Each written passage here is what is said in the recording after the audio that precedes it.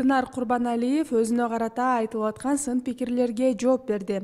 Мындан бир нече күн мурун интернет айдыңында Куудул Тынар Курбаналиевдин мал жандыктарды экспорттоого тыюу салынган чечим боюнча эмоцияга алдырып сүйлөгөн сөзү деген аудио тараган. Анда Куудул катуу ачууланып сөгүнгөнүн да угууга болот. Дал ушул аудиодон соң интернет колдонуучулар тарабынан Куудулга карата ар түрдүү сын пикирлер айтылган.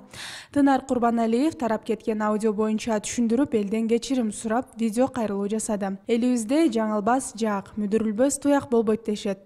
Эркектер арасындагы талаш тартыштан улам эмоцияга алдырып сүйлөп алган элем. Ачуу сөздөрдү айтып, сөгүнүп сүйлөгөнүм үчүн элден башымды ийип кечирим сурайм деген ал. Ошондой эле аталган билдирүү боюнча Куудулга карата эч кандай кысым, коркутуп үркүтүү аракети болбогонун кошумчалаган. Ассаламу алейкум, урматтуу кыргыз элим, урматтуу мекендештер. Мындан 2-3 күн мурда ушул мал чарбачылыгы боюнча бир группабыз бар эле, WhatsApp группада. Ошол жерде талаш тартыштан бир талаш болуп кетип, эмоцияга алдырып, мындай сөгүнүп алгандагы аудио записин тараган экен. Өзүңүздөр көрдүңүздөр, интернетте талкуу жаратып атат, кээ бириңиздер талаш урушуп атасыздар ушул тууралуу. Эми кыргызда жаңылбас жаак, мүдүрүлбөс туяк болбойт деп коет.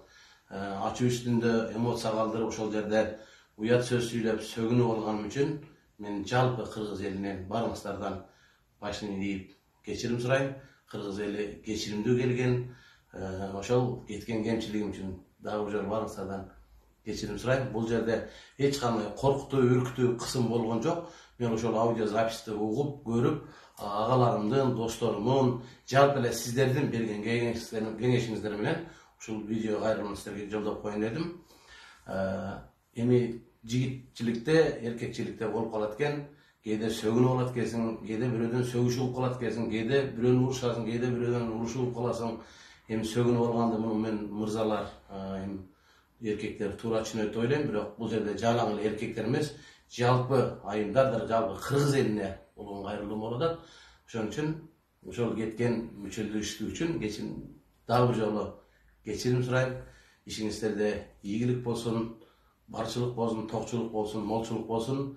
Баарыңыздардын келе жаткан жаңы жылыңыздар менен ар бириңиздердин үйүңүздөрдө наристердин күлкүсү жаңырсын, жашооңуздарды күлкү коштосун, жакшылыгыңыздар мол болсун. Сиздердин жакшылыгыңыздарда кызмат кылганды Аллах Таала бизге насип эткен болсун. Дагы бир жолу кыргыз элибизден, кыргыз элмен ошол уят сөздөр чыгып кеткенде сиздерден дагы бир жолу кечирим сурайм. Ишиңиздерге ийгилик болсун, аман болуңуздар.